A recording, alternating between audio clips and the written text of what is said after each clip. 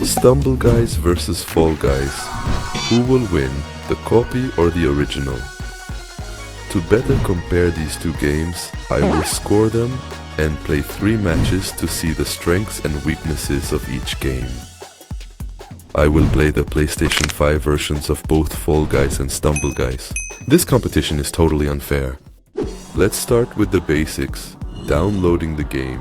Here, I have to give a good point to StumbleGuys, since it only takes up 155 megabytes.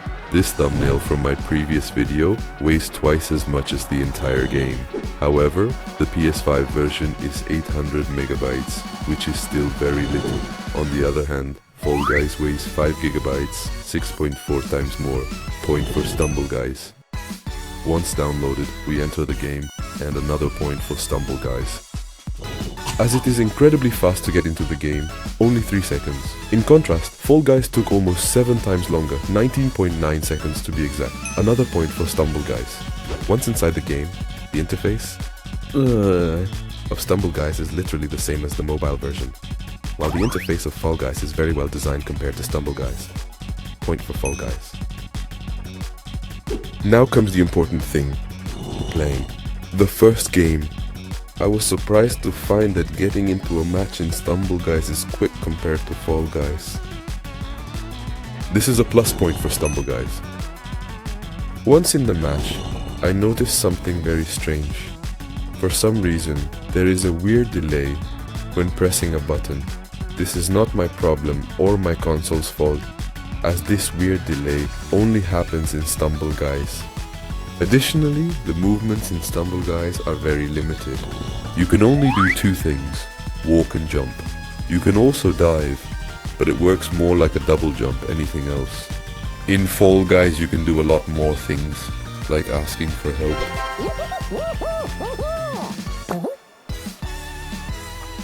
Point for Fortnite? Fortnite. Point for FallGuys. And I don't know if they are bots or very bad players, but I won the first game. And in FallGuys I lost like a total noob. Now I want to say something about the matchmaking in StumbleGuys. It is very strange. Almost every match I've played in StumbleGuys I've won, also because most of the players are bots, or extremely bad players. This can be seen in a good or bad way, but I'll give it a good point since it's not as stressful. Skipping the filler, in the second match, the same thing happened. I lost on FallGuys and won on StumbleGuys. But one thing I noticed while playing the second game is that StumbleGuys has a very strange movement mechanic. When you move into StumbleGuys, it goes something like this. And in FallGuys it's like this, and it's better than that. I don't know if it was understood, but in StumbleGuys the movement is poorly done. It looks like it's on ice. Acceleration and decelerization is very weird. Point for FallGuys. In the third match it was the opposite. I won in FallGuys but lost in StumbleGuys. So, which of the 2 games is better? FallGuys or StumbleGuys? And clearly, FallGuys. And yes, the score was to put hype, but I'll deduct a point from StumbleGuys and give it to FallGuys, since the games are so easy to win that you don't even get excited. This is my reaction to winning a game on StumbleGuys,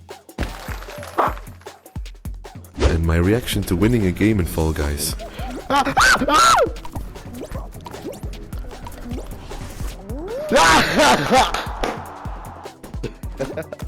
Oh man. And not to mention that the StumbleGuys soundtrack is horrible.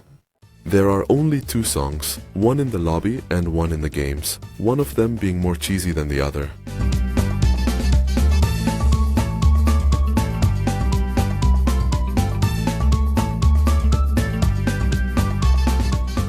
On the other hand, the FallGuys soundtrack is monstrously good. There is no better soundtrack for a video game of that style.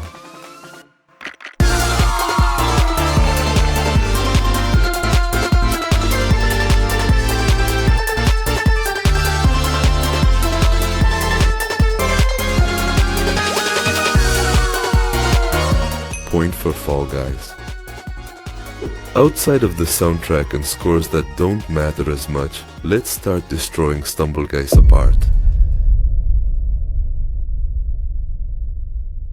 First, it's the bastardized and worsened copy of FallGuys. And that can be half understood, since free market and that StumbleGuys is a mobile game. But from the following points, you are not going to save yourself. StumbleGuys is a Beethoven and a creator of gamblers.